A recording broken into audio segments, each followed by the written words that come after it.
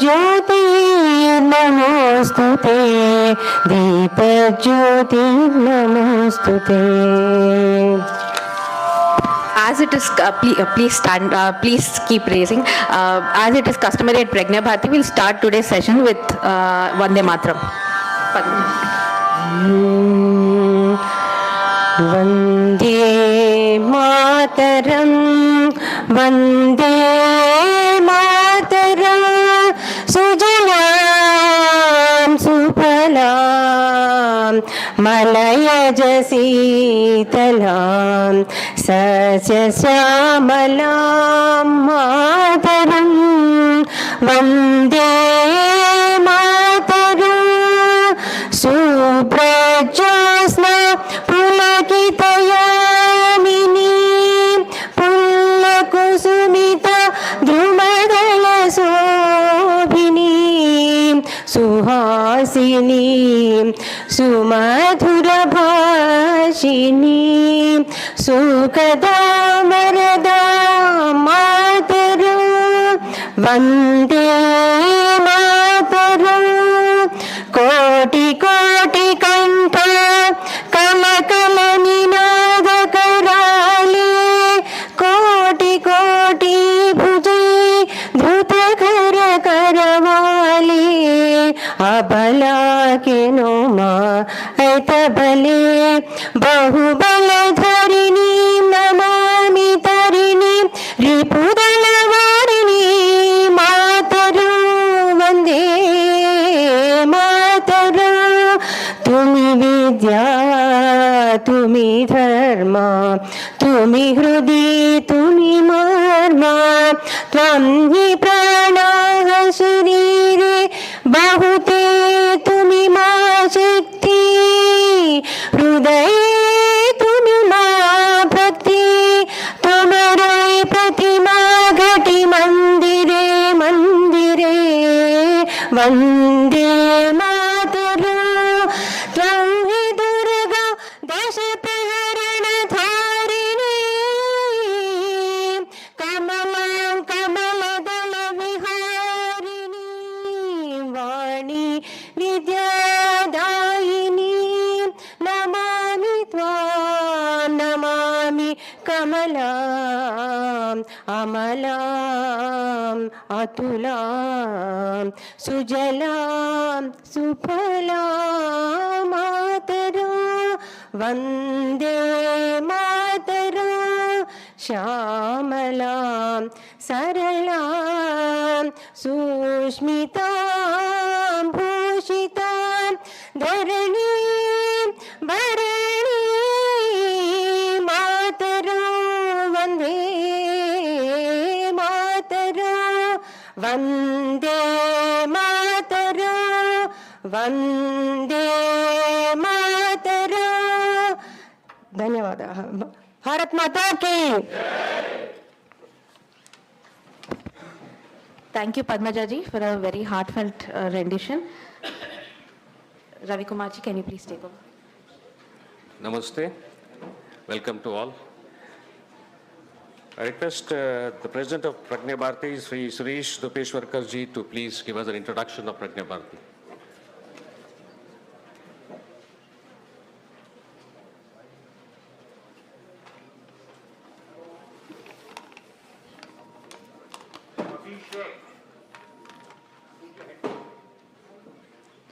Namaskar, good morning to all of you.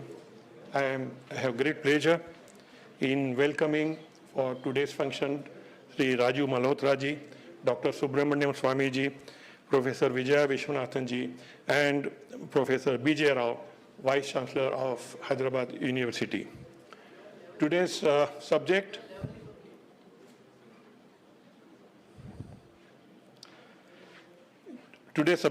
is tectonic forces at play and challenges for a rising India. I also see the presence of many esteemed persons, eminent personalities. I welcome all of them, as well as all the students and faculty of HCU. To give a brief introduction about Pragna Bharati, we are a forum of nationalist thinkers, and we follow a simple nation-first policy. We are part of Pragna Pravaha, the nationalist movement across the country, to create awareness about national issues and issues of national importance. Our main activity is to organize public meetings, conferences, debates on issues of national importance, and also to focus on the national ethos to find solution for them. Our second activity is to recognize eminent persons from our nation who have endeavored to contribute to the national causes, our efforts, as well as the projects. We recognize them every year, once a year, and those who are contributed and honor them with Prajna Puraskar. We honor them to redeem ourselves. Today's event, Tectonic Forces at Play and Challenges for a Rising India, is one of the most hotly debated and also the apt subject for today.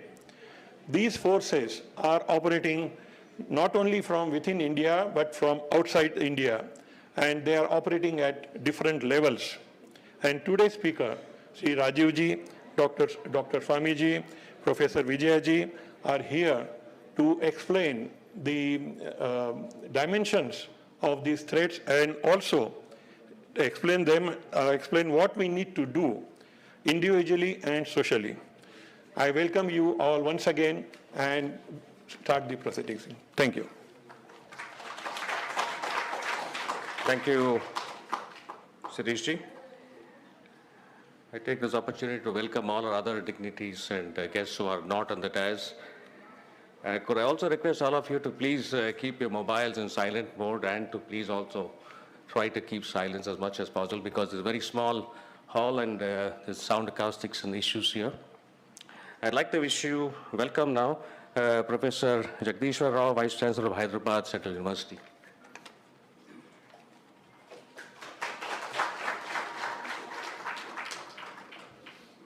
Hari Om Tat Sat. Good morning to all of you. My special greetings and warm welcome to Dr. Subramaniam Swamy garu, Shri Rajiv Malhotra garu, and Professor Vijaya Vishwanathan garu to this wonderful university campus. University of Hyderabad is a multidisciplinary university, a jewel in the crown of the system here in India. We are an institution of eminence too. I also want to salute Pragna Bharati for bringing this gathering here in this hall at the university. Tectonic shifts, tectonic forces have always been there. They're being felt now, and they need to be dealt with. This is a new realization. And universities are the places where ideas can be debated, new ones can be germinated, a lot of learning, unlearning, relearning can be done. In the years to come, my strong belief is that universities and academic institutions would play a pivotal role in India, because it is in Indian context, it is in Indian ethos that a new model has to emerge. A model where opposites can imbibe, opposites can coexist, and new solutions come up. Every developmental model we see has a built-in damage in it. It is India, perhaps, that can tame these damaging effects, can bring in some level of sanitation in the turbulent societies. We are now on the verge of getting ourselves completely immersed in technology, artificial intelligence, data world, etc., etc. But it is India that has to show the natural intelligence. Finally, we are rescued by natural intelligence. India is the only model that can actually give the deep natural intelligence to the system, to the world at large, that can combine the inner prajna with the outer technology. In no other culture and civilization you can see these two opposites coming together. We have always been a fertile ground for opposites coming together and bringing up beautiful creation. I hope this deliberation today is a beginning of interesting journey of ideas where we take on the tectonic forces productively and profitably, not only for us, but for the globe. I wouldn't want to say too many more things. I'm here to hear my special invitees, and I again want to warmly welcome them and urge them, please come over here again and again, and let's germinate new things for the country and for the globe. Namaste.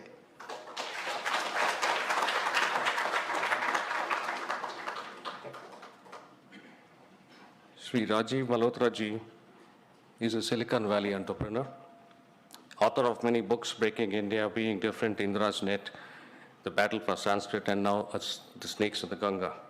He's founder of Infinity Foundation, chairman of the board of governors for Indic Studies, and an intellectual Kshatriya. Please welcome Sri Rajiv Malhotra Ji.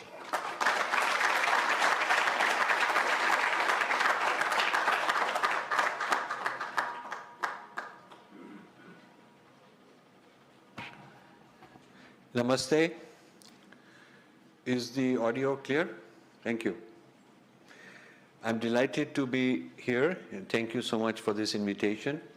And thank you to our panelists and Dr. Swamy for coming. And I'm looking forward to a good discussion. The tectonic forces we discussed in an earlier book over a dozen years ago called Breaking India. And thanks to some of the individuals here, I want to acknowledge Arvind Raoji, who really championed this, got a lot of people in the government and elsewhere to read it, and it created a revolution in the sense that many of the YouTube channels and thinkers and some government policies and all got shaken up. So a lot of that became common. A lot of the vocabulary, a lot of the metaphysics and the framework became common in India. But the world has changed. I find that Indian thinkers are still fighting for or against in terms of the old issues, and therefore this new book has come out to tell you about the new issues which I think Indians need to learn. So I'll give you a few surprises that should kind of jolt you, and then we'll have more discussion on it. So surprise number one is that United States has become the center of a new kind of Marxism. This is very strange because the last place you expect to be Marxist is United States because it's the hub of capitalism. And so why is it that all these capitalists are also mixed up with some new kind of Marxism? And the reason is that what happened is that after World War II, some of the Marxists from Europe came to United States, Columbia and Berkeley in particular, and then they started, Marxism was about economic classes, haves and have-nots, economic means of production. Marx was very clear it had nothing to do with race and it had nothing to do with religion. Marx was very clear he did not want to create a clash between race or religion. He wanted to have a clash on economic haves and have-nots. But this new kind of Marxism applied in the United States said that race should be the basis for haves and have-nots. It should be blacks fighting whites. The same Marxist logic of thesis and antithesis, the same logic saying that we have to dismantle the grand narrative of the oppressor, the same logic saying that all the structures of the past have been created by these oppressors became applied to race in America. And that is fine because America has a racism and they need help, and wherever they can get the help from is fine. So this is a new kind of Americanization of Marxism. That was going to be this book. I was writing about Breaking America, actually. The book I was writing first was called Breaking America. which was about this extreme left and extreme right, how they're fighting and so on. And then I realized that actually it's applying to India a lot, so I changed it to the current book.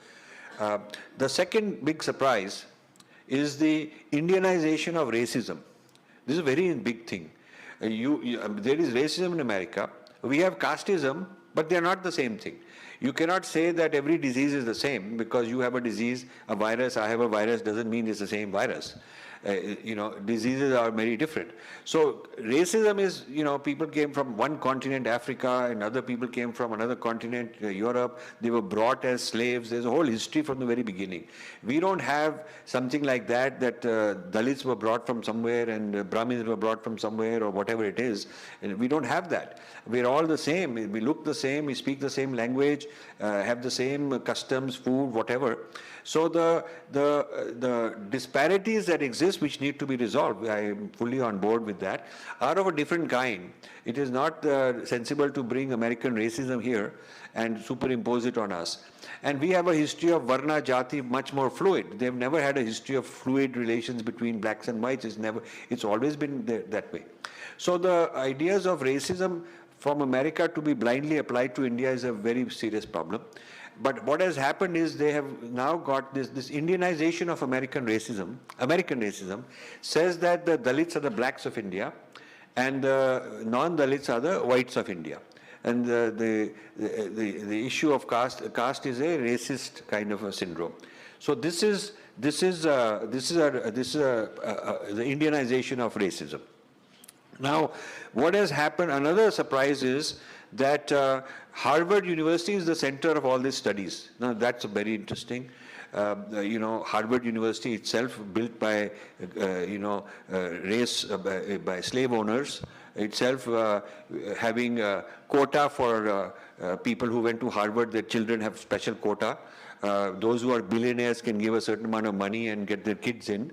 The center of power being asserted, it's the last place that would be that should be claiming that they are on high moral ground fighting elitism in other parts of the world. They themselves are the bastion of elitism in any place. So, but they've tried to now become successfully they've become the brand that is now fighting and exporting all this. So as a result of that, and their effect on World Economic Forum, their effect on think tanks in America, US policies, etc., the largest US export, ideological export to the world is now wokeism. Critical race theory, critical caste theory, all of that is being exported to all parts of the world. Now, everyone has social issues. China has its social issues, Russia has, India has, Pakistan has, every country has. And there has never been a society which is perfect. But we also have our own solutions, and we have to deal with them ourselves rather than invite the Americans the way we invited the East India Company to solve our problems. We can't afford to do that because we know how it ended up when one Raja would go to the East India Company to solve the problem with the other Raja, and they would divide and rule and end up with controlling both. So this is a danger we are currently facing. So another surprise is that this work at Harvard, which is a Breaking India 2.0, we call it, is being funded to some extent by Indian billionaires. So there is a Mahindra Humanities Center at Harvard. We have a full chapter on that. What are they doing? Why are they doing this? What's in it for them? The person who's the director is well known, a person who attacks India's democracy, India's whatever. And then there is the Mittal Center for South Asia Studies, same thing. They have all these India conferences. They don't invite a certain kind of people. They always invite certain kind of people. And then there is Piramal, there is Tata's is funding things, Bajaj is funding things in Harvard. So we are challenging these billionaires, Indian billionaires, to come out and discuss with us why they're doing it, what's the benefit, is it a double face, is it hypocrisy? Then in India they're very patriotic, outside they are not, or is there some strategy we need to understand? And so far there has been no reaction. I was in Mumbai for 5 days and kept wanting to have meetings with these people, but they sort of very politely gave every kind of reason not to participate. So we will keep putting the public pressure. This, I think, requires enough intervention from our side. So this business of Indian-funded Harvard churning against India and its impact in India is a serious point.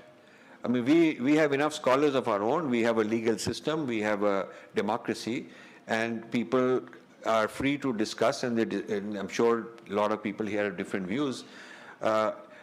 Why we need someone else to come and with a danda and monitor us and manage us is a very strange thing.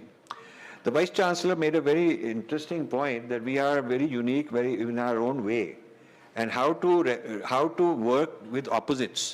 India has been able to let the opposites coexist, which is why we have diversity. In other countries, one would dominate and topple and eradicate the other. We would have a genocide or a cultural genocide, and there would not be this diversity. The fact that old,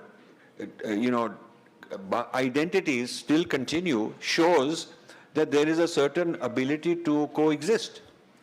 Now, the Marxist dialectic is very different than our approach to opposites. Marxist dialectic says that one should destroy the other. It is no such thing as win-win. No such thing as we'll compromise and become both better, learn from each other. No such thing as respectful coexistence. There is a thesis, and there must be an antithesis. The two must clash until there is destruction, and then something new will emerge. So unless there is a destruction of the opposites fighting each other, there will not be further progress. If we felt that way, then we would have destroyed each other long ago. These different groups and communities and languages and faiths would have destroyed each other. Something new would have come, but that is not how we have done. Our approach to opposites is that the opposites coexist, learn from each other, and transcend the differences, and both get included in something higher. Your view, my view, both get included in something higher. So that's a different approach to managing, a different kind of alternative to the dialectic, which I think is very interesting, and we ought to think about that as a resource. Now, this book says that it shows in chapter 4 that one of the targets of this new Harvard-based, Breaking India force is an attack on IITs, particularly in technical education, not just IITs, and they're naming IITs. And this comes from a Harvard professor who written this book saying that IITs are a bastion for elitism and Brahmin superiority to dominate and oppress Dalits and minorities and whatnot. But without giving any data, without giving any evidence, without giving any statistical facts, just sort of a few 5 or 6 random interviews here and there. So now, of course, there are such problems, but there are such problems in Harvard also. There are such problems in Harvard. You cannot say dismantle the whole place, which is what they're wanting. So there is also this jealousy that IITs are producing top people in US industry. 10, 20 years ago, Harvard was producing most of the CEOs in these industries. And now there's more IIT CEOs in America than Harvard CEOs in America. They must be feeling jealous. Who are these brown-skinned people taking our jobs? So there must be some issue that, these foreign people come and they take our best jobs. This must be also a factor that's worrying them. So this book talks about how in the United States, social sciences are meddling with hard sciences. This is a very interesting thing. Normally, hard sciences are, discovering new facts and new things about nature, and the discovery is for its own sake, and then the application is different issue. But the discovery of fundamental truths in science and in nature is for its own sake. But now social sciences are making policies for the hard sciences. This is a very new thing, that major scientific journals have social scientists deciding whether it is socially a desirable thing to publish this paper. Nothing to do with whether it is true, but whether it is politically correct, socially correct. And if it is not, then it should be cancelled, no matter how valid the discovery. But it has to be useful. In other words, the politicization of science is something which is happening. And some of the best scientific centers in the United States, they're losing their brains, the best brains, because they want to go somewhere else, where they do not have the same biases against natural sciences. So all of this is going on. Now, as far as India is concerned, the billionaires have funded this. That's one issue.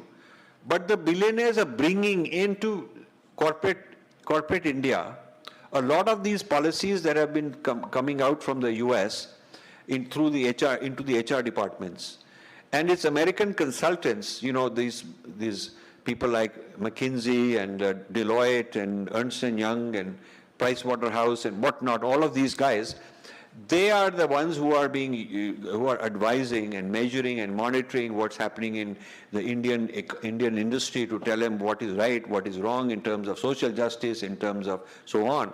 As if Indians don't have their own idea of social justice. It's very strange that we need Americans to tell us about social justice. We need Americans to tell us about diversity, as if we don't know about diversity. And the sad thing is that even Niti Aayog has got these kind of consultants. And the large part of the policies being made in India are being made by American advisors.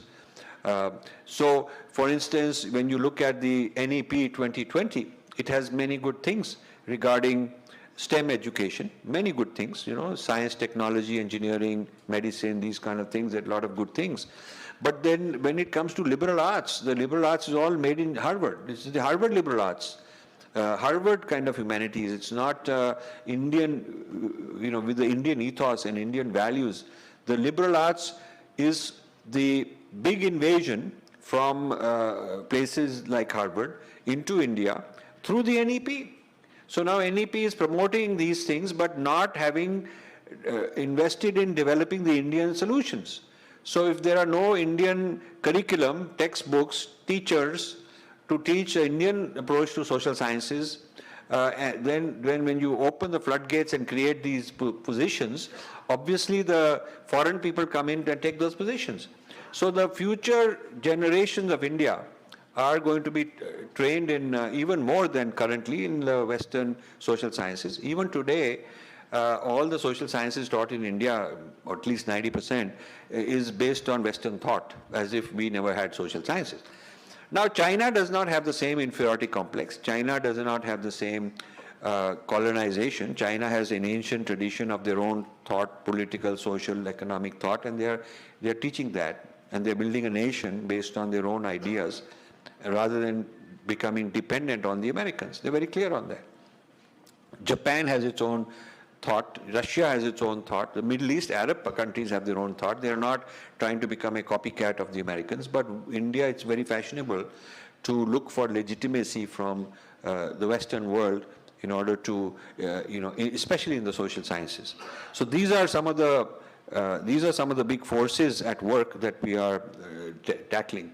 Now this battle, there's a book we came out with called The Battle for IITs. It's available out there. It's a small book.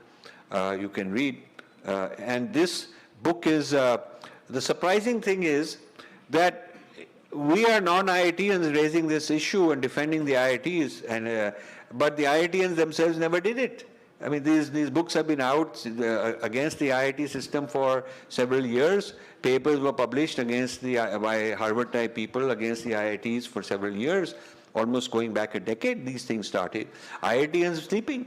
When we, all these years, when I would bring it to somebody's attention, they would say, oh, we don't want to talk about it, theek hai, aap kar lijiye, you do it, we don't want to talk about it. This business of being very risk averse, not sticking their neck out, not wanting to get into controversy. Even now, when I go to IIT Bombay, after they had promised that they want to have a discussion and whatnot, at the last minute, the faculty said, no, I don't know if I want to say it on camera, you say it. Each of the faculty telling some student, aap jaake bol dijiye.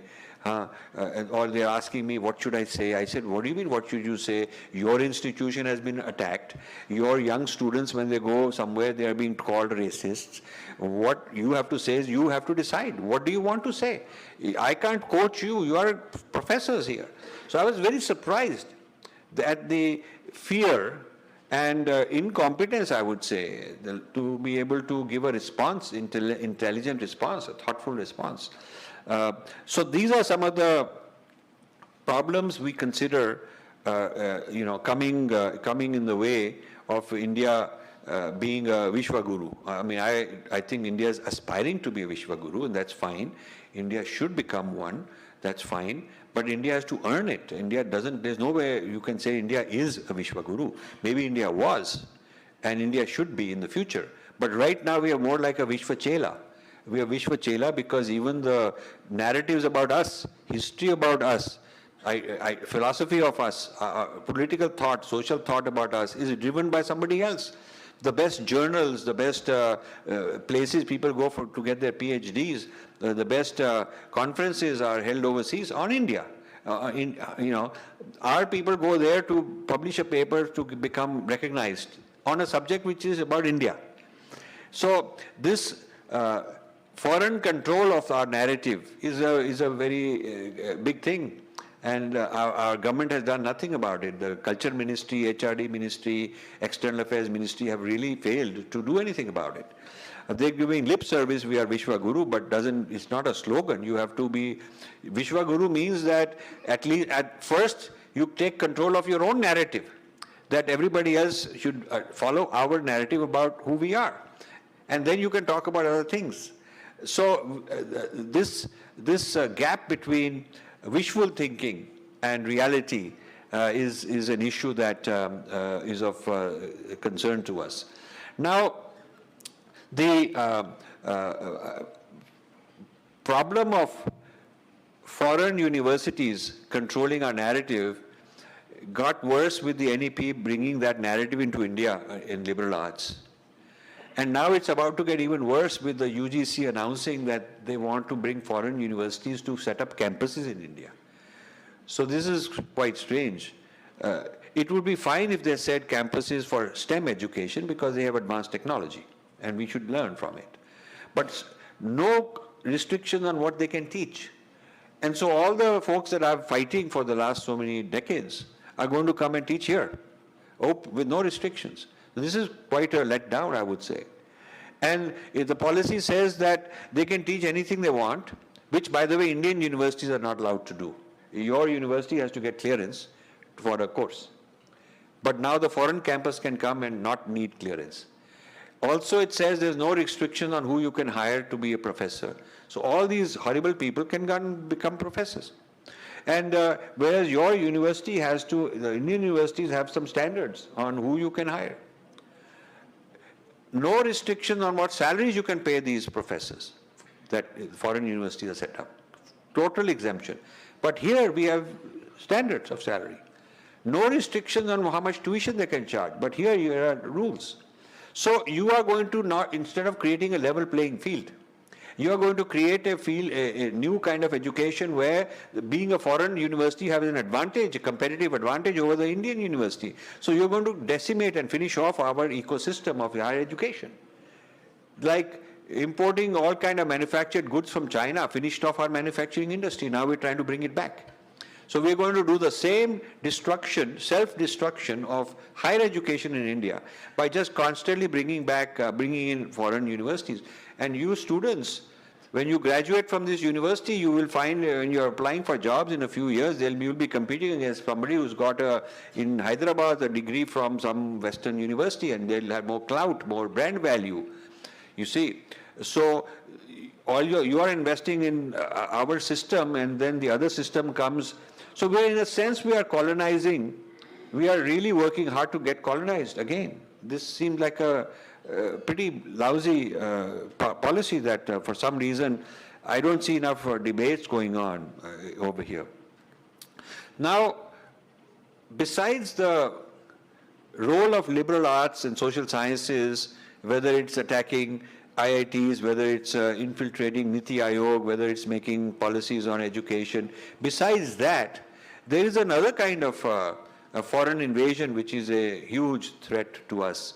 And that is the data privacy, the theft of data, the data mining that foreign organizations are doing in India. Harvard is a very big data mining operation in India, and they are working with Ashoka University. The French government has a project with Ashoka University to do data mining in India, political data mining in India. Then there are projects in the south with foreign entities involved where they are data mining about villages and what is going on, what are the social issues, building all kind of databases on Indians, which can be used to train algorithms, train AI algorithms, and also bias the social media, and also it can be used to create divisiveness, change election outcomes, convert people. Imagine if social media makes all its money, not by charging you anything, it's free, but makes all its money by because the brands, the corporate brands that are sponsoring them, are able to sell clothes or airline tickets or holidays or bank accounts or property. All kind of people who sponsor are doing it only because it works. It works better than other media. So the advertising is going towards social media because it's able to convince people based on their algorithms, how they do it. Therefore, they can also convert your religion. They can convert your political thought. They can convince you to vote this way, that way. They can send fake news to trouble you. They can suppress your news and say, we are not going to accept your news, cancel you, and some other news they can put in there and promote it. All of these platforms are controlled from outside India. Our billionaires didn't invest in creating our platforms, but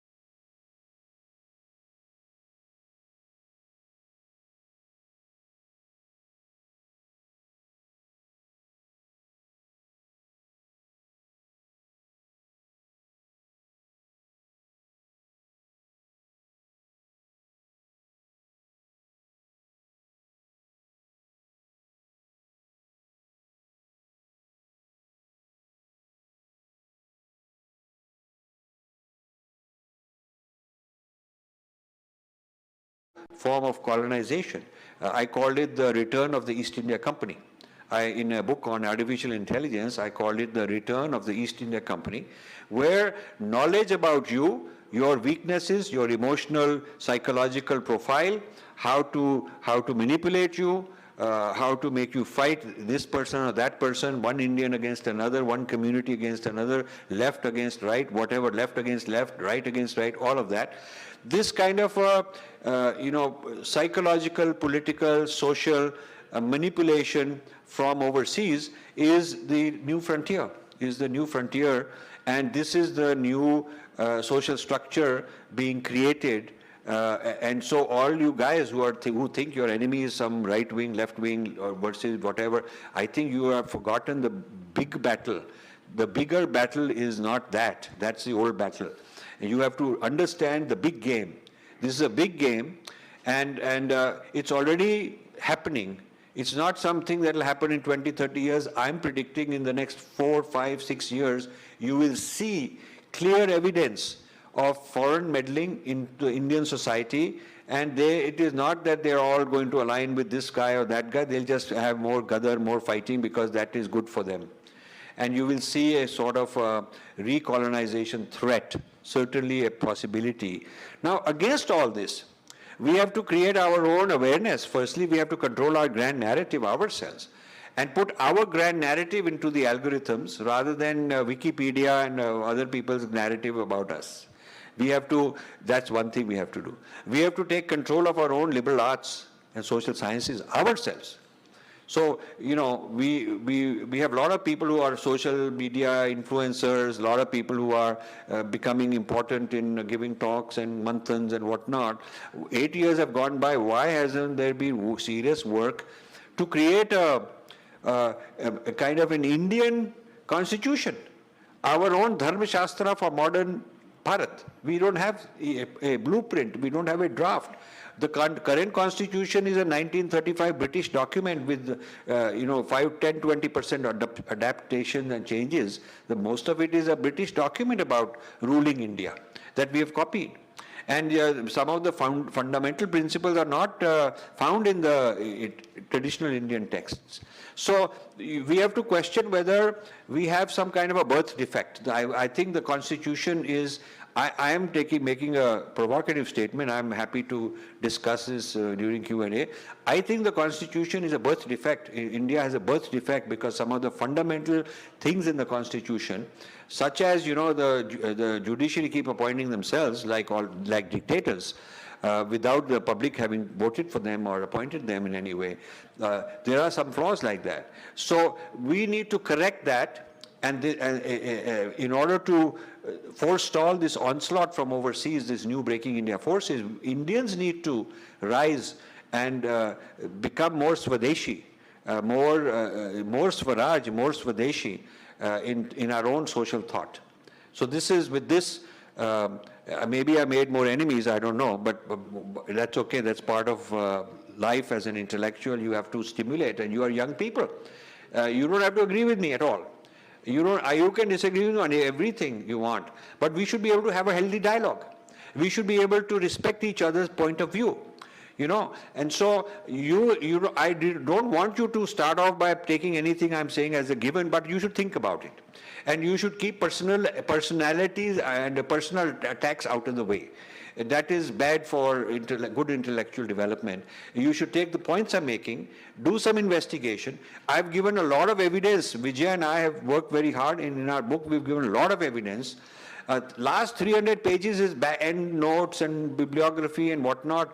So it's full of evidence to prove our case. And we invite you to read all this and get back to us, and we'll have debates. I'm willing to come back and have good arguments. You can bring experts from the other side, and we can have a good debate, but it had to be respectful. Thank you very much, all of you.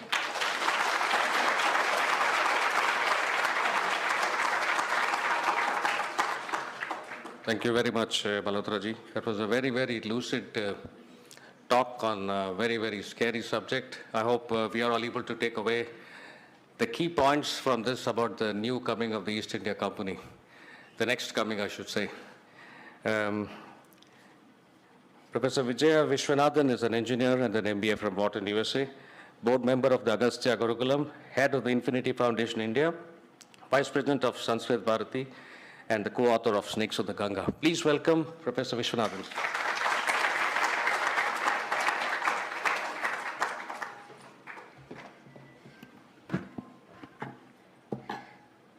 Namaskar. Rajiv ji briefly talked about critical race theory being brought into India as critical caste theory. And we have already begun to see the effects of this. So there's a big social engineering initiative that has begun in the West as well as in India. An article which I read recently, which was called The Great Feminization of the American University, was by a woman. And in that article, she says that 75% of Ivy League presidents are female. 58% of students are female in American universities. 60% of master's degrees, are given to women, and 54% of PhD students are also women. while this might seem like progress, this has been an artificial imposition on the American university. She also goes on to say that the campuses have sort of become like psychiatric wards. Relationships are based on victimhood and trauma, and she finds that more females on campus, there is a mass nervous breakdown on these US campuses. It's not to put down women, but when you assemble women based on victimhood and trauma as your criteria for admission, the campuses become like a psychiatric ward. So there is no more, campuses are not about excellence or meritocracy. And this is happening in the US. Now, can you just imagine what happens if we feminize the military, for example? I would not be for it. Yeah, it should be on excellence. Now, coming to India, we have seen the Chief Justice also question the entry criteria for the IITs, wondering if the JEE exam should be or the examination should be the only entry criteria we should look at. Our Supreme Court Justice is taking a leaf from what's happening in the US higher education space. In the US, for undergraduation, they have made the SAT test optional, so you can submit an SAT exam score or you need not. This has even permeated graduate level admissions. In fact, Rajivji briefly mentioned that how social scientists are taking over the hard sciences, and this is one way. Interestingly, in the past, in US graduate admission, you have to write a statement of purpose talking about the research you have done, the papers you have written, the seminars you have participated in, the conferences you've attended, and recommendations from your research guide. These were the criteria that was used for admission. Now what's happening is, apart from some of these aspects, they want everybody to give a statement on diversity. They very clearly ask, so give us a statement on diversity. So here you are incentivized to talk about your activism. So in order to prepare to get into schools like Harvard and Stanford for higher education, I'm not talking about undergraduate, I'm talking about if you want a PhD in aerospace engineering, you have to talk about your activism in the area of non-binary and gender fluidity, things like that. So they incentivize youngsters to get into activism at an early age, because these statements hold a big, they hold a lot of points for you to get into graduate school. Now, the question is, we're all for marginalized and Dalit empowerment and all of that, but how is it done? This kind of social engineering essentially says, let's do away with standards. If I'm a Dalit student who's worked really hard and I have the credentials, it would be insulting, right? Because the system is doing away with standards or lowering standards because they think I'm not good enough. Yeah, so that's number one. Number two is, we have quotas. We've had quotas in India at the undergraduate level, and then we have continued to have quotas in the graduate school level. When these kids graduate, then we continue to have quotas in the workplace. The government jobs are based on quotas. So one has to step back and ask, are quotas really working? Because if I've given you quotas and I've leveled the playing field, and still you come out different, then I have to again level the playing field again by giving you a quota, and this goes on in perpetuity, then we haven't really done much. We are just appeasing, the marginalized. This is not really improving the community. And I think we need to be honest and sincere. We really cared about our marginalized. We should go back to the root cause and say, are we preparing our children well? Are we preparing children who are poor, who come from marginalized communities, who don't have networks, who don't have social networks? Are we going back and saying, are we fundamentally preparing them to be successful in life? Or are we just throwing little crumbs here and there for appeasement? Because that's really sad if that's what we're doing, and that's what we all are doing. We're not going back to primary education and saying, let me give the support system, let our schools improve. We don't talk about that at all. We're always talking about reparations of some sort.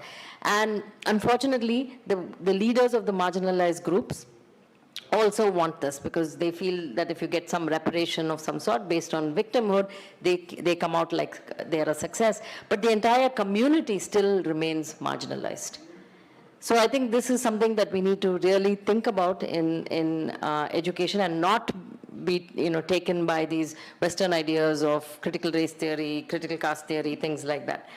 Now, the problems with, in our new book, we on Varna, Jati, Caste, and I'll end with that, we talk about, caste being weaponized, and we give rejoinders to Western attacks on caste, or even in Indian leftist attacks on caste. Caste is an easy target to dismantle Hinduism, if you will. But we've never stepped back and asked that for all this talk of diversity that we have in the workplace, everybody's talking about diversity, inclusion. In colleges they have diversity, but nobody talks about how India has been so diverse. What is the social system that produced so much diversity? Diversity in language, in food, in cultural practices, in clothing. Name it, and India has the diversity. So should we not go back and look at some of the social structures that actually produce this and learn from it? And if we really need diversity, and if we're really shooting for diversity, then we should perhaps go back and look at what India did right to produce this kind of diversity. So with that, I'll hand it over to the chairman. Thank you so much. Namaste.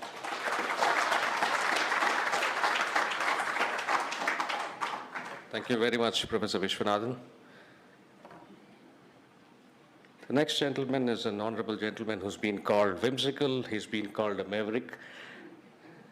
But I'd like to think of him as the one who fights lost causes and wins. With his characteristic trademark wit and humor, he enlivens debates and decimates the opposition. Economists probably call him a lawyer, and lawyers probably don't want to sit across the table from him on the opposite side.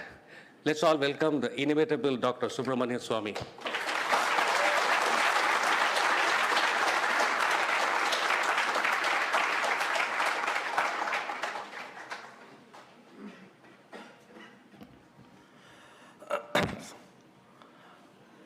Thank you very much. Your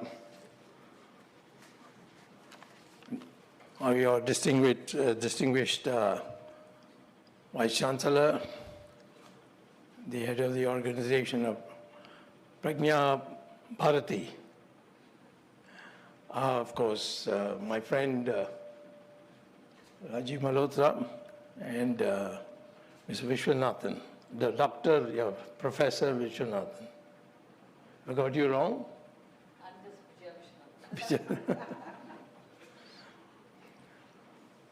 I'm in a bit of a difficulty because I got a PhD from Harvard.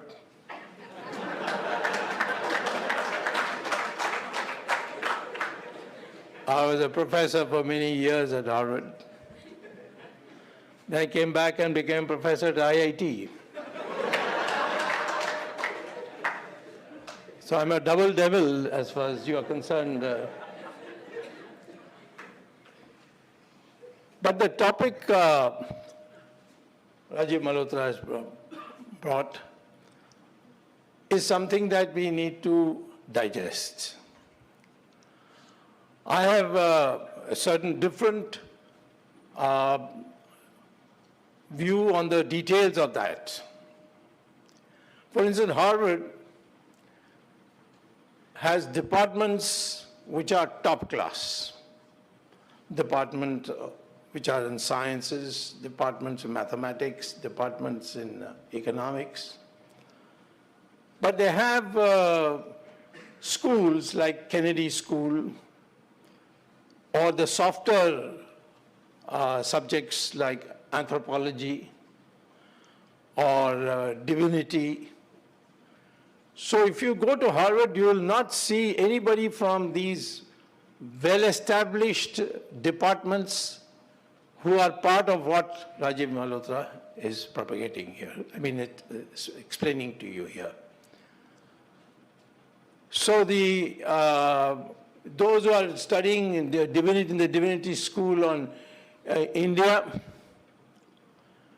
their audience is the anglicized people of India or people who are ignorant in the United States. And they don't go into great depth. And most of them have stopped coming to India, I think, now. Probably they're afraid of the BJP, I don't know. But the fact is that why should we pay any attention to them? There is no doubt that in 1853, Macaulay came in British Parliament said that it's the job of the British to ensure that every Indian eats like an Englishman, dresses like an Englishman, speaks only English. He's an Englishman in every respect except in his color, which is different from an Englishman. And a series of Englishmen were produced. Today, when we go to United States as students, or if you look at the Indians who have settled there and their children who have been brought up there, their system is a homogenizing system because they get so many varieties of people. So to create a nation, they homogenize the people in thinking, outlook, dress, everything in the school level itself. So the Indian of Indian origin, the American living there, or a child of an American citizen who has taken citizenship, he is almost like everybody else. He doesn't want to be different. Now, can that be replicated in India? That's a very tough question. I agree with Rajiv Malhotra that Marxism is dead. Soviet Union broken into 16 countries. Indians still have not realized that Soviet Union is broken up because I get all these Twitters saying, oh, Russia stood with us in 1971. There was no Russia in 1971. But people go on saying Russia stood with us in 1971. Today's Russia is not communist. It's just a dictatorship. It's a totally different Russia from Soviet Union. It's not that the Soviet Union has contracted. There's no Soviet Union. Ukraine was part of Soviet Union. Today it's not part of Soviet Union. And they are fighting the Russians. Or the Russians are imposing themselves on them, trying to grab their territory. There's no communism involved in it. There's no ideology in it. So therefore, even China, which was Mao Zedong wanted it to be a purist communist country, today the economy is a market economy. Deng Xiaoping made sure that it became a market economy so that it can grow faster, because everywhere comparisons are showing that communism cannot produce economic growth, even though the ideology is economic, haves and have-nots and so on. But when you make comparisons between equals, you find a very big difference between a communist country and a market economy. East Germany versus West Germany. There's no East and West Germany anymore. They have become one country. But if you compare East Germany and West Germany till 1992, when the merger took place, you find that West Germany was far ahead of East Germany. Both were the same country under Hitler and before, and they were equally destroyed, both East and West Germany, in World War II. But West Germany adopted market economy and democracy, And East Germany adopted communism and controlled economy. And the result was there to see. Even today, if you go there, you'll see the result. North Korea, South Korea, same thing. South Korea is far ahead. It adopted democracy, it adopted market economy, it's doing much better than North Korea. China also before and China now, except the dictatorship remains the same, but the system has changed, and China has done much better than it did under Mao Zedong. So the challenge today is not the economic system we are following. We are not following it properly, that is true, and I speak openly on it. People say that, how can you criticize your prime minister like this? I said, we are a democracy still. If he is making a policy mistake, I know him personally since 1972. But his policies, I think, will not lead to the results that he wants. But the fact of the matter is, in other countries, democracy is a little more developed. Churchill, for example, was a cabinet minister of Chamberlain. And Chamberlain said, no, Britain must befriend Hitler and not fight with him to save war. Churchill kept on saying, as a minister, that is stupid. It was a cabinet decision for Britain to have a peace treaty with Hitler, where Churchill was outvoted. But Churchill nevertheless publicly took a stand. And in the end, of course, he was criticized, newspapers criticized him and so on. But in the end, he was vindicated, and Chamberlain had to go. And Churchill had to become prime minister. I'm not comparing that with my situation. You know, we have a different system. So I want you to understand, we have come a long way from what Macaulay said and what we are today. We must do much more. First of all, we must know our history. Most of us don't know our history. The kinds of inventions we had. Today, a secret research is going on in the United States, which you do not know about, where they are examining whether in the future aeroplanes can fly with mercury as the fuel. Now, where did they get this idea? We have an ancient document called Vimana Shastra,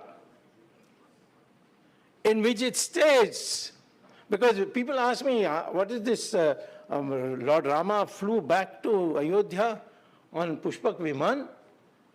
Did they have is this an imagination? Even by imagination, it's a big thing, but so long ago, we don't know how long ago it is, but I would say that it is not before 7,000 BC. That means 7,000 plus 2,000 you had, is 9,000 years ago, Rama was here at least. He could have been even earlier. So therefore, the issue became, how did the Indians know this? Indians knew surgery, Indians knew calculus. You know that Bhaskaracharya discovered calculus. He sent it to Leibniz in Germany. And Leibniz passed it off as his own and sent it to Newton. And Newton then passed it off as his, and all the world we think that calculus was provided to us by the British. And the Americans picked it up. So if you go today, Americans are studying all our previous ancient literature, we are not, to find out whether any clues are there for the future. Same thing goes, today there's a lot of Sanskrit being taught in NASA. Why would NASA learn Sanskrit? I think we all should learn Sanskrit. Sanskrit should be made a compulsory language, in my opinion. But why in America it is compulsory for a group of scientists in NASA to do it? because they have published in their Journal of Artificial Intelligence that there will come a time when we will have to talk to the computer and you will have to type into the computer all the knowledge we have and collect it, and then the computer makes an analysis and gives you an answer. And the only language, and this is there in a Journal of Artificial Intelligence of NASA, which says that we have come to the conclusion that the only language which is suitable for a computer to understand and register the knowledge is Sanskrit. Because Sanskrit, if you type it, whatever the phonetics is the same as what you type. In America, if in English, if you type P-U-T, and then you speak P-U-T, it's put. But if you write B-U-T, it is but. Two different, the same kind of spelling, but so the computer will get confused. After examining all over, all the languages, NASA came to the conclusion that the future of storing knowledge in a computer, which is essential for robots and so on, is Sanskrit, and Sanskrit should be learned. Go to Germany, people are learning Sanskrit in a big way. If you go to the Google and type St. James School,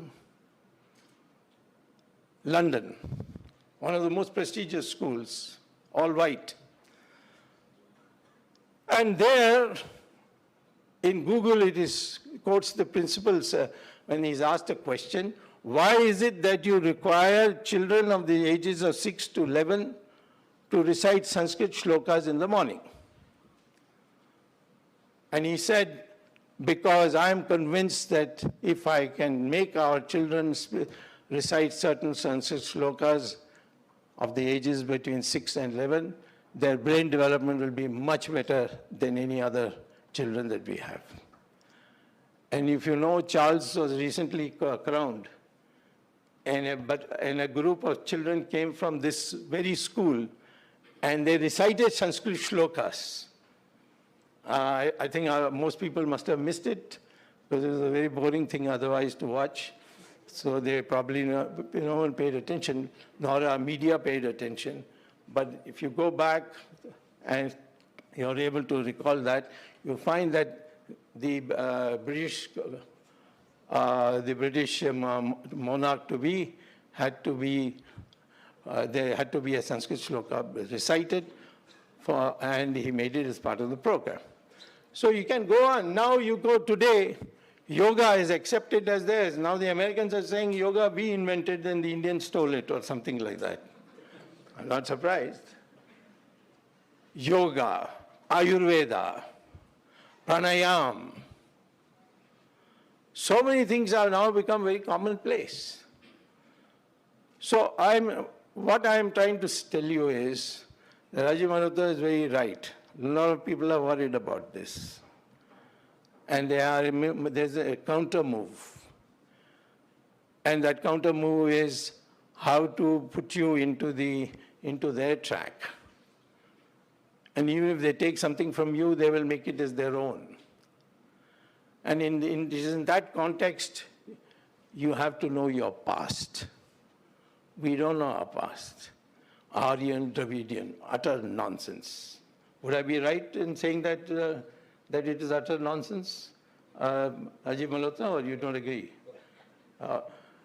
Now, in fact, I learned it from him, so he can't change his stand now. So the Aryan Dravidian, what nonsense is this? No, South people are more dark than North people. Of course, the sun is directly, as you get closer and closer to the equator, the sun attacks you. Skin color has got nothing to do with race. It's just pigmentation. So you go up to Kashmir, there the sun is on an angle. So skin color has got nothing to do with race. And this is established in genetics. But if the genetics is taken of all the Indians, which has been done by various studies in with the University of Cambridge Journal has published it, Houston has published it, Mysore University has also published it, that the DNA of all Indians is the same. Of course, there are fringes, but they are microscopic. But the broad mass of India, whether you are North Indian or South Indian, East Indian or West Indian, your DNA is the same. You are one people. The new American theology is that the Brahmins are different and the Shudras are different. And scheduled castes actually came from Africa. All kinds of this nonsense is being spread. The target is Brahmin because they are smaller in numbers and perhaps a little more peaceful than the other castes, I think. I'm not, I mean, people think I'm a Brahmin. I mean, I can't deny that because my mother says I'm a Brahmin. My father says I'm a Brahmin. But I'm a ready to fight with anybody. I'm not a typical Brahmin.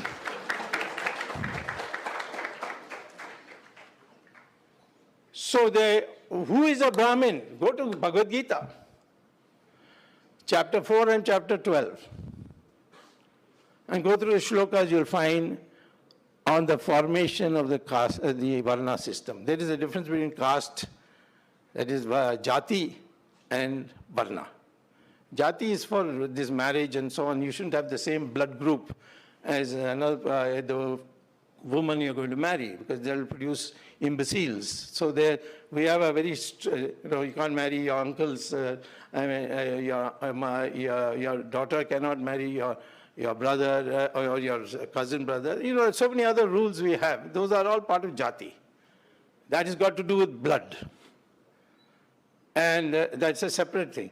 But Varna, this Varna is got nothing to do with birth. Lord Krishna says it in two particular chapters very clearly to Arjuna that this is according to your guna. If you are a jnani, tyagi, sahasi, you are a Brahmin. Are there examples? Of course. Was Valmiki born with a father who was a Brahmin and mother was a Brahmin? No. Vishwamitra was born in a Kshatriya family, but he is a Rishi of Rishis, you see. So you can, same thing with many others. I can give you a long list of more rishis who are not born where the father and mother were recognized as Brahmins. If you are a jnani, if you are a tyagi, which means you beg for your food. I mean, you don't really beg for your food. You are like a politician, you go put your hand out and everybody puts it. Of course, today for a politician, they'll do it out of fear, but in those days, they would do it out of love. So that is the breakdown that he has given.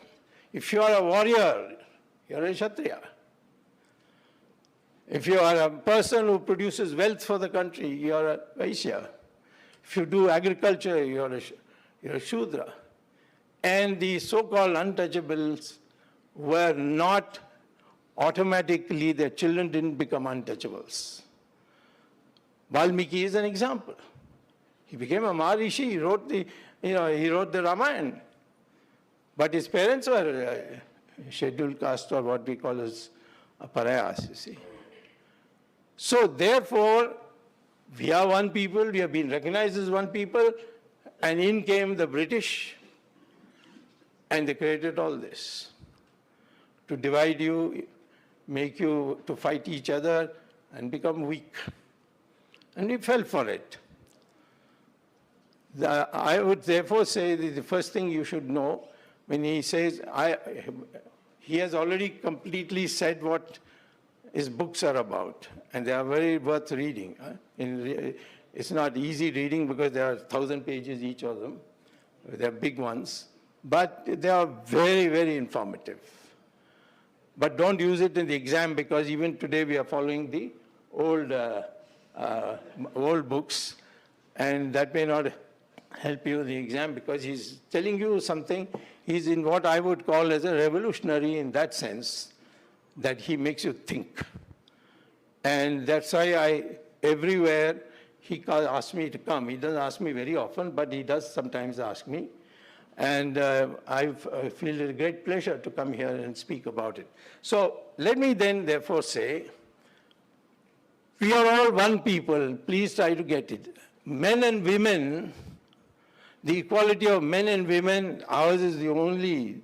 So by the way, this religion that we call as Hinduism is the longest surviving. Our culture, our heritage, it's the longest serving in the world. There are 45 cultures that were there, which have been recorded by the UNESCO. 44 have disappeared. The Pharaohs have disappeared, the Greeks have disappeared, the Mesopotamians have disappeared, but not the Indian culture. That has not disappeared. It's the only one. Because it goes on renewing itself. There are aspects which can be modified, there are aspects which cannot be modified. So we call Shruti, means the Vedas. Vedas can't be modified. You have to accept it as what God told you. But your Shastras, they can be modified. Manu Shastra, everybody quotes Manu Shastra, but then there is, after that, Yajnavalkya Shastra, after that there's Mitakshara Shastra. Now we have the Constitution of India, which can also be called a Shastra, which lays down the rules of interpersonal behavior. So, therefore, this quotation, we are women were treated like this, and this is what Manu said, and so on. All these are absolutely irrelevant. Question is what is necessary for now. It's part of Shastra, it can be changed.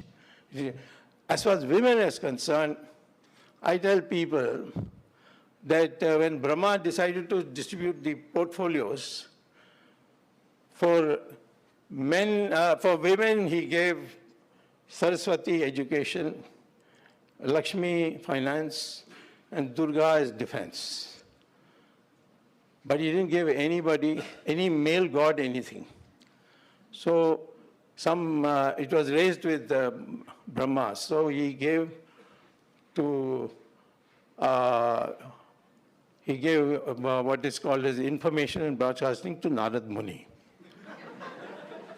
who just went around, Three of the most important portfolios of a government have gone to women. When the men failed to finish off an asura, they all went and fell at the feet of Durga, who took the form of Kali and finished the asura. So this is our tradition that is not being taught. Oh, women, we have always ill-treated them. This is what, all happened in the last 1,000 years. But our tradition is not that. So all these foreigners who come here, they cannot do anything in this country if we are ourselves knowledgeable about our past and what needs to be amended, what can be amended. All this, if you know, then there's nothing they can do. I won't be worried about them. I taught for years and years, spread over a period of 50 years, I taught at Harvard. One day, all these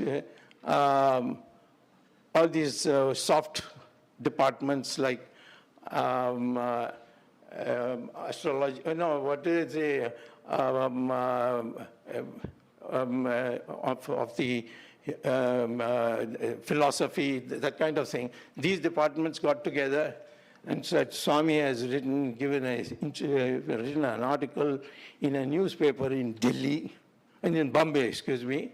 Well, in those days it was, I think is now that paper is stopped, saying that Muslims and Hindus have the same DNA, and we created Pakistan for those Muslims who didn't want to live with us. So at least those who live with us should accept that we are one people. And that's all I said. They said, this has created mass, it created a mass upsurge in India. One case was filed against me in a remote part of Assam called Karimnagar or Karimganj. And that one case, I took it to the Assam High Court in Guwahati and got it quashed. There was no other reaction. And what did I say? But they didn't want me to continue teaching at Harvard because of this reason. I myself said, I don't want to come, if this is what Harvard has come to. But it was not the Department of Economics. They pleaded with me not to take this seriously. But I did take it seriously. And that fact is there, that this nationalism that I'm putting across to you is to the dislike of those of you who want to study India and get finances to put India down. How many of them get money from Pakistan? That is something to be investigated. Our government should be doing it, but all our embassies are busy with the Prime Minister coming and going and some other minister coming and going. There was no time to devote energy to that. The American embassy in Delhi would be examining who is against America, and they will be making dossiers about them. So it is this which needs to be done. So the first thing, get your history correctly. And our historical attitudes also correctly. Relation between men and women, father and son, mother and daughter, all these relationships are already been written in to make you Indian, will make you a civilization which has survived the longest. And then you go on to see how I can add to it. I would suggest to all of you, learn Sanskrit on your spare time. It's very easy to learn. People make it out, oh, it's a very difficult language. It's not a difficult language at all. And every language of India has Sanskrit words in it. How many words does the Tamil, where there's maximum opposition to Sanskrit? Tamil has 40% words in common with Sanskrit. Why I say common? Because once I had an argument with Karunanidhi. And I said, he said Sanskrit and all is foreign for us. We are the original people and Tamil is the original language. I said, but how did these 40% words come? He said, what 40%? I said, your name is Karunanidhi. Karuna is Sanskrit, Nidhi is Sanskrit.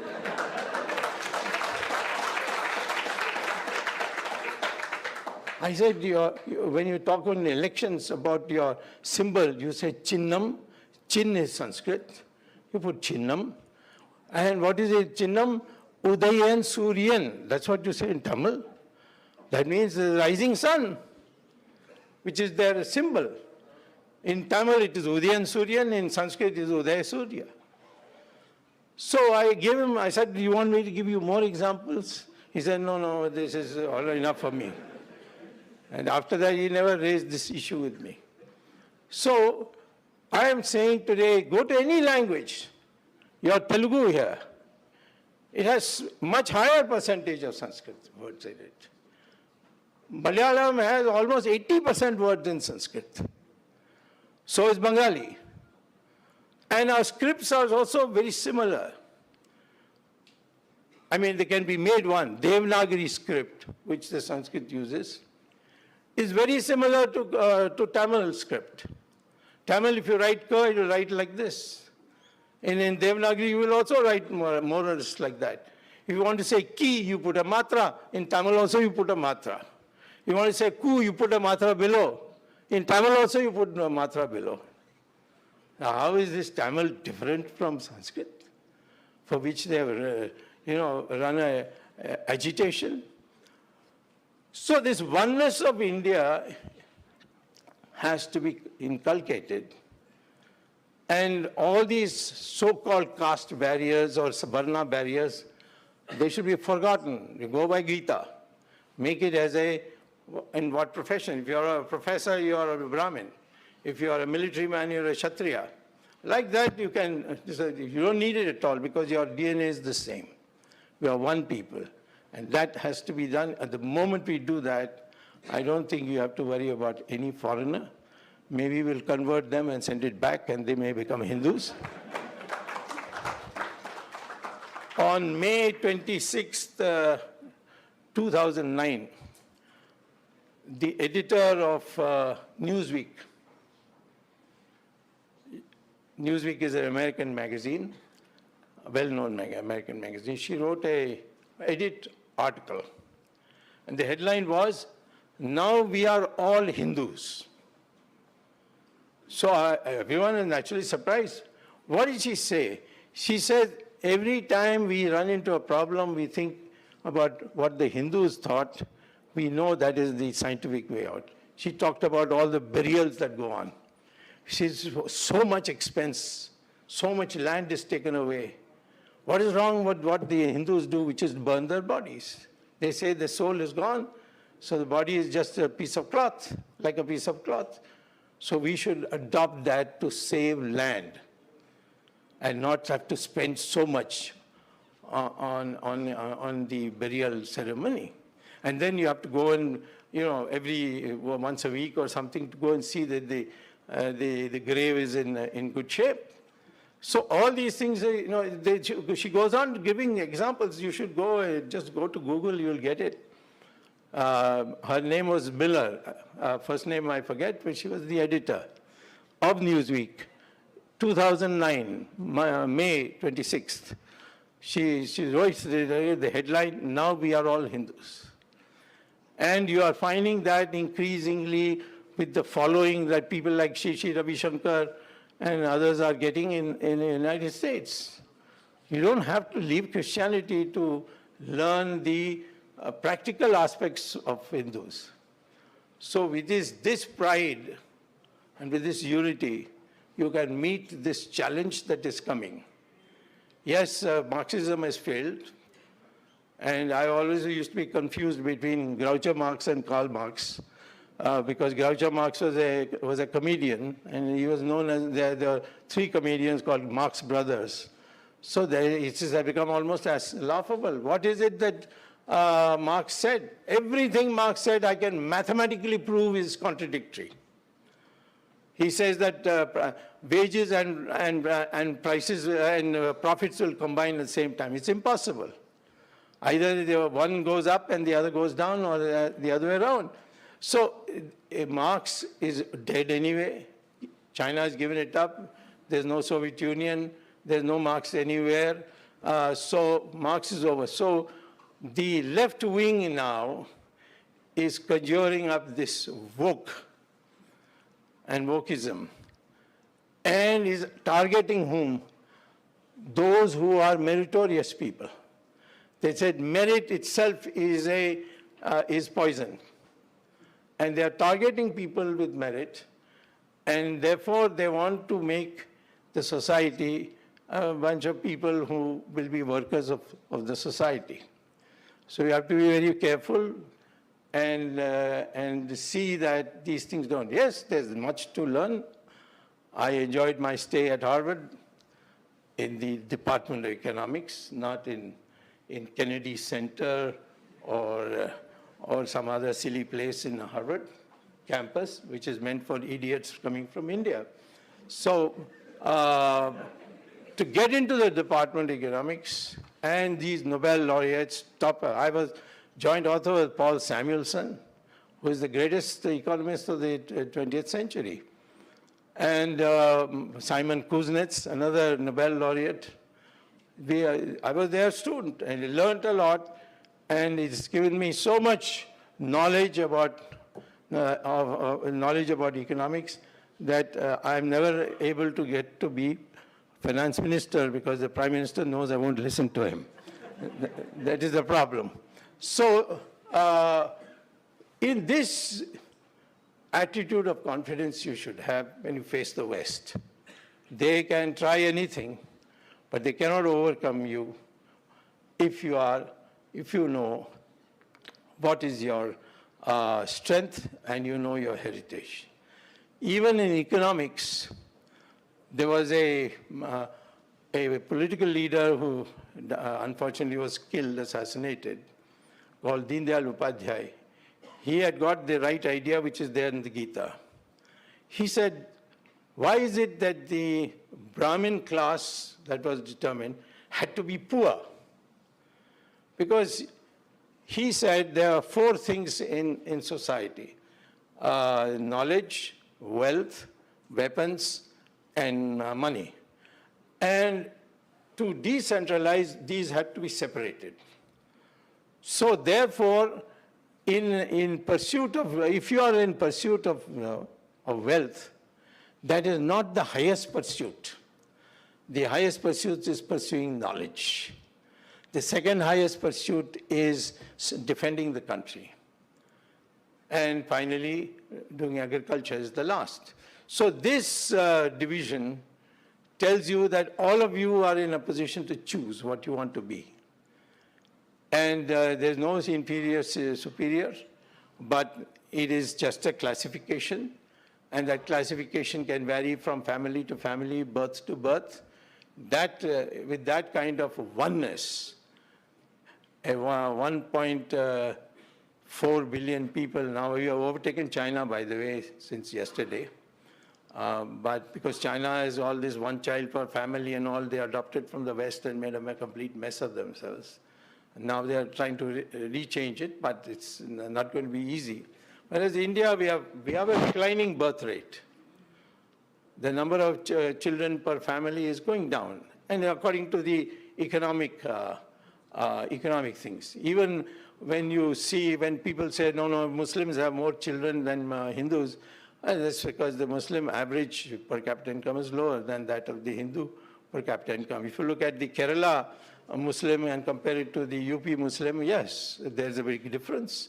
Or if you compare a Kerala Muslim to a Hindu of UP, you will find that, where the areas are poorer, the number of children produced is larger, and there are obvious reasons, because they go to work without any education, and they do menial work and so on. So that's how they put together money to survive. So all these myths that have been spread about us has to be examined very carefully.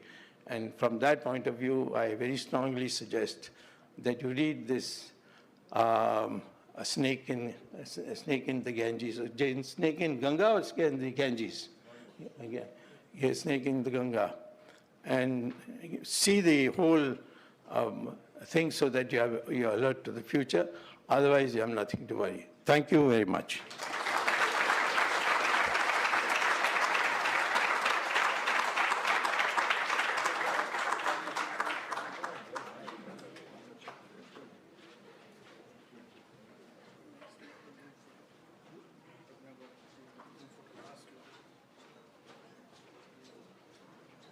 Thank you very much, Dr. Swamy, for your usual eloquent speech. For many of you, also, the German airline Lufthansa is the flying swan. So German also has about 25-30% of Sanskrit in it. We have now a Q&A session where we have filtered out a number of questions that we've received. I will, and Veda will read out a few questions, and then we will take it forward next. Veda ji?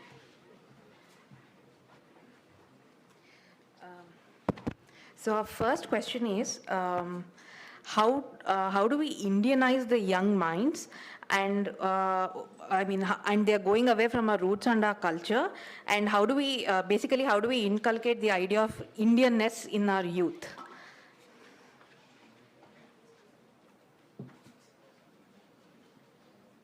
I would say we go back to education. Education at home, education at school level, alternate models of education. Do we have to subscribe to this factory model of education that the British gave us? Books in our mother tongue. It's been proven that children learn better in their matrubhasha. So these are things that the education policy should focus on. It also is there in letter, but not in spirit, because we've really not done anything about curriculum, bringing in Indian knowledge systems, things like that. But I think at an individual level, at a family level, one can do the best that one can by, finding other sources of If you're not unable to teach yourself, you can find other sources. These days, the internet is there. I think we should use it for good things. Like all technology can be used as a force multiplier for good things. So education is something that we can take charge of ourselves. Anybody else you want to take up on that? How should we educate our children? Yeah, more Indianness in the young minds. I see women here are wearing sari, but they all are wearing shirt and pant here. So prevail upon your children that at least on Sundays they wear Indian clothes and not Western clothes.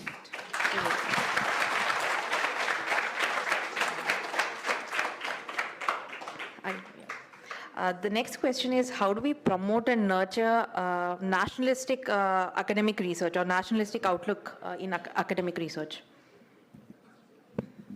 Well, you know, there is the role for the government because they own the machinery, resources, huge amount of, funding, and that the government has not done. They've talked about it. The Ministry of Culture has not done it. You know, it's very interesting. The ICSSR, Indian Council of Social Science Research, I approached them many years ago under the new government only. The head was, the member secretary was Malhotra, and I'm very embarrassed. I had nothing to do with it.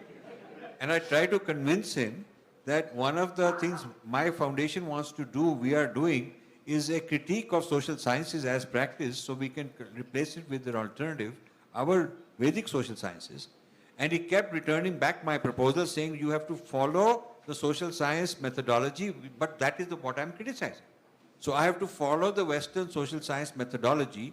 I have my proposal has to be approved by Western social sciences, even though my goal is to undermine them. So this is all contradictory. They've not been able to do it. But one thing I will tell you, the role of Indian languages has not been, like we are speaking in English, now the role of Indian languages has not been properly appreciated. I think a large part of the real caste system of the Angreziyat caste system has not been appreciated. So they keep talking about the Brahmanical caste being the dominant because they controlled Sanskrit. That was the allegation, that they controlled Sanskrit and they knew Sanskrit, the others didn't, and therefore they had control of knowledge. But I don't think the corporate sector hired somebody because, he knows Sanskrit. I don't think it happens. They do hire a lot of people because they know English. So that is the new elitism. How much you know English, what accent you use, determines your employability, it determines your matrimonial credentials and profile, social profile. So in fact, if they want to have a quota to bring up people, certain segments, they should have a job quota for people who are from the Indian language education system. They should have a quota like that, because those people are at a handicap compared to the English. They should tell all these Mahindras and all the Tatas, everybody, that now you got to reserve 25% for Indian language speaking people. That will level off the playing field, and that is how we could probably become a more nationalistic society. Again, the next one is also connected to the similar thing, is that how do we deal with increasing Hindu phobia in higher academics? So. Oh, that's a favorite topic. It's an old topic. So in Hindu phobia is this, anti-Hinduism kind of thing. Yes. So we just came out with a book actually called 10 Heads of Ravan. 10 Heads of Ravan, I think you can buy it outside. We are training young scholars to be Kshatriyas, intellectual Kshatriyas. So this book takes 10, book says that Ravan has been reincarnated as an intellectual. And these are 10 personas of Ravan. And each scholar took on one persona and wrote a big critical review. These are all Hindu-phobic scholars. So we have people like Romila Thapar and Irfan Habib. We have Devdutt Patnaik. We have Shashi Tharoor also. We have Wendy Doniger, a whole lot of these kind of people. And there is no ad hominem attack. There is nothing personal. It is taking their work, the written work, evaluating it, and giving a critical rebuttal.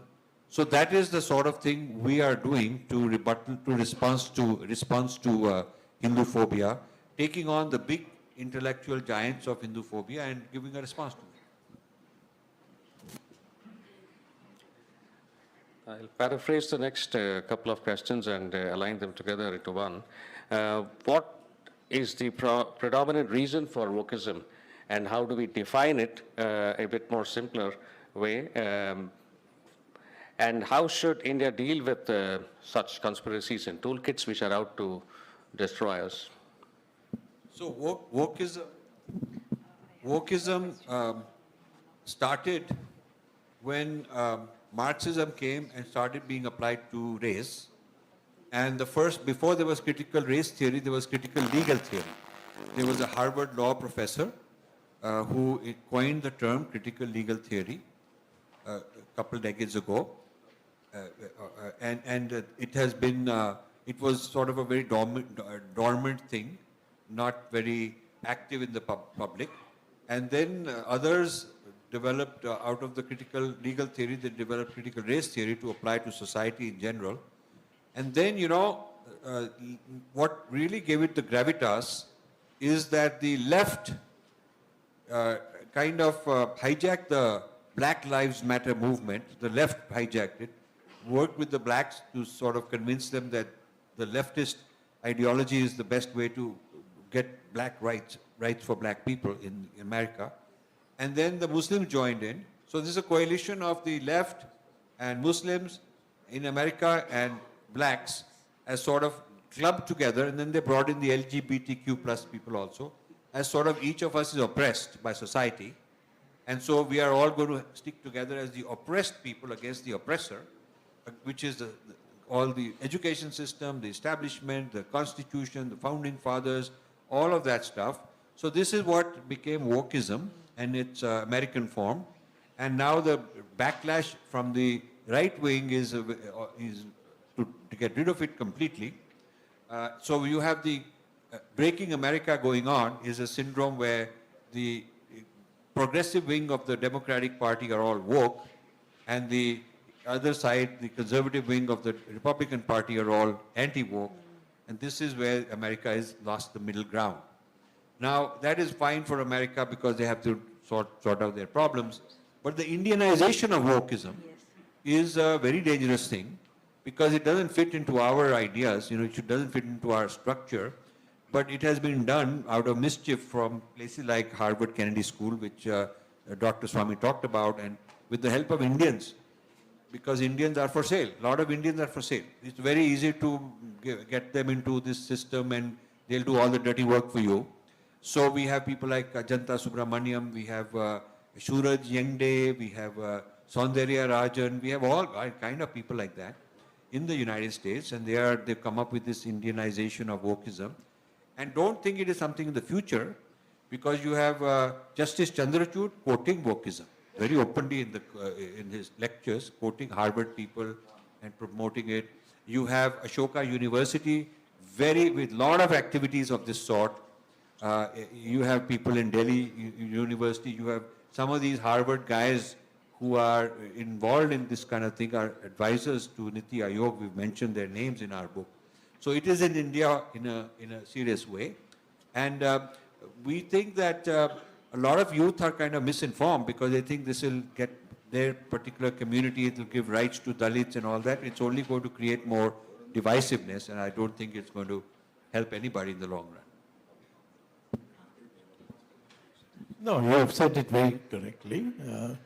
And I think what we need to do is to make sure that we develop some people who can rebut this, challenge them to debates which they will not come.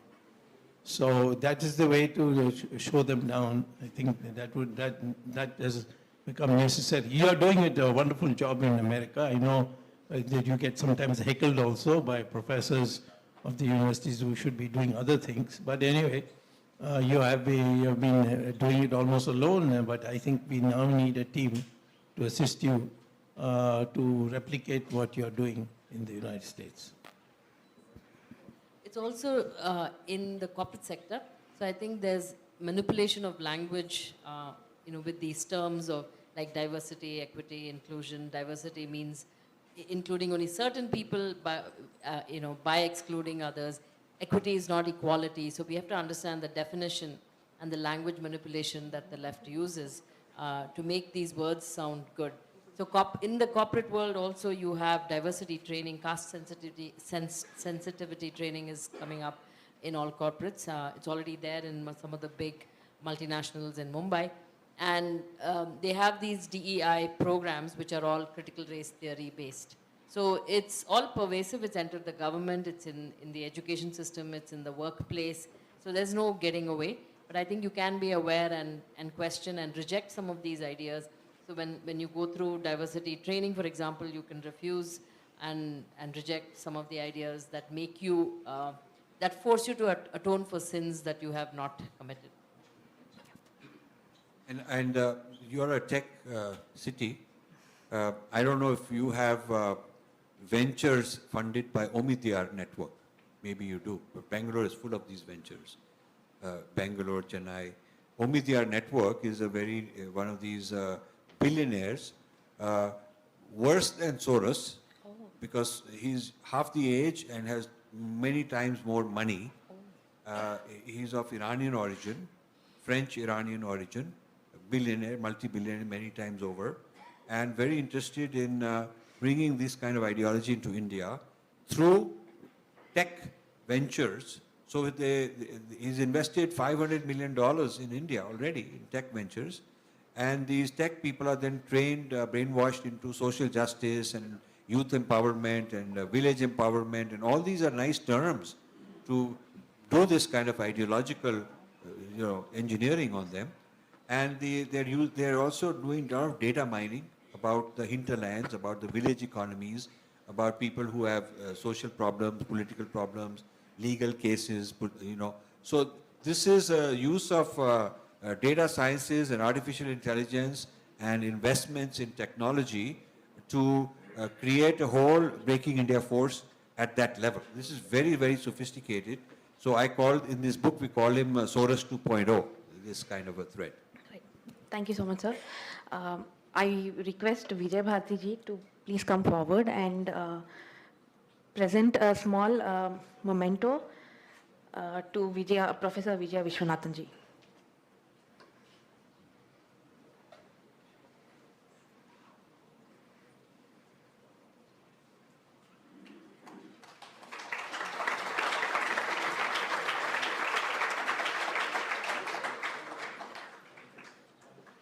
I request Rajesh ji to felicitate Rajiv Malhotra ji.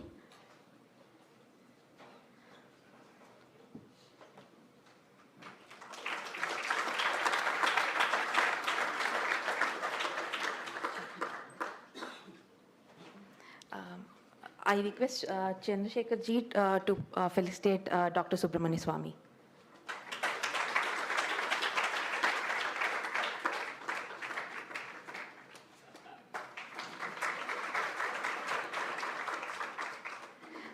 Ram Mohan ji, can you please felicitate and present a memento to B.J. Rao garu?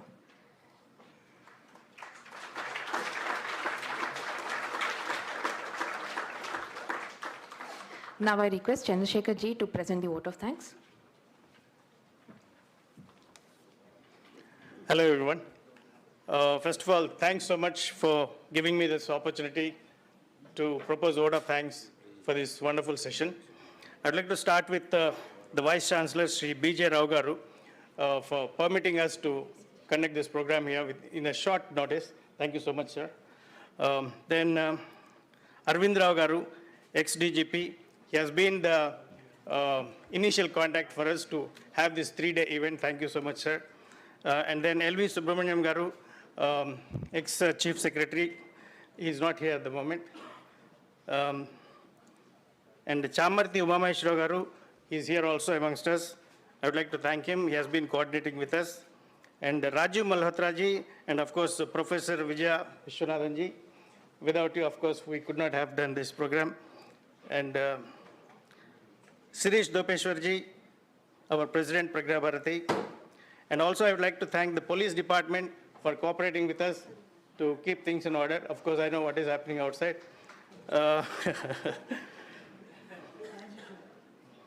And B.S. Sharma ji, thank you, sir. And the management and staff of this university. And I think I haven't missed anyone. If I missed, sorry for that. Finally, thanks everyone for cooperating us to have this program successfully. Thanks so much. I request all of you to please stand up for the national anthem.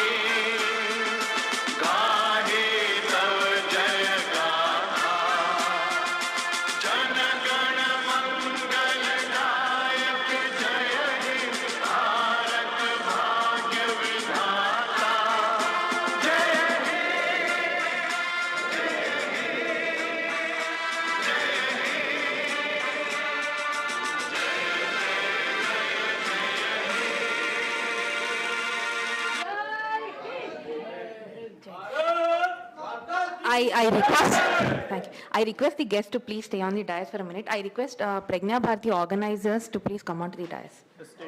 The state team for a photograph. Yeah. Yes, yes. And our advisors also. Raghuji, state team, members of the state team.